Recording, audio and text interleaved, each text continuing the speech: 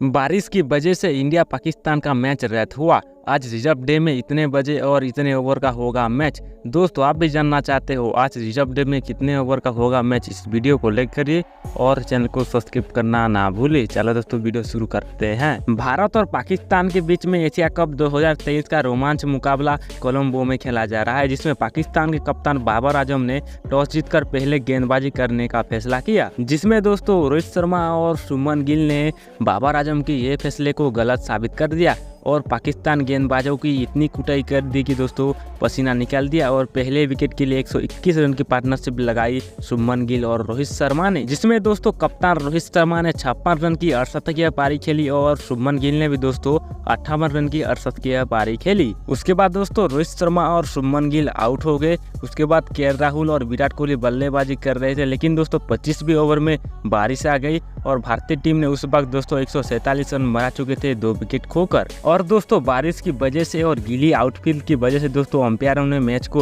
रद्द करना पड़ा। आज रिजर्व डे में दोस्तों दोपहर की 3 बजे ये मैच खेला जाएगा, वो भी दोस्तों 50-50 ओवर का, एक भी ओवर आज काटा नहीं जाएगा।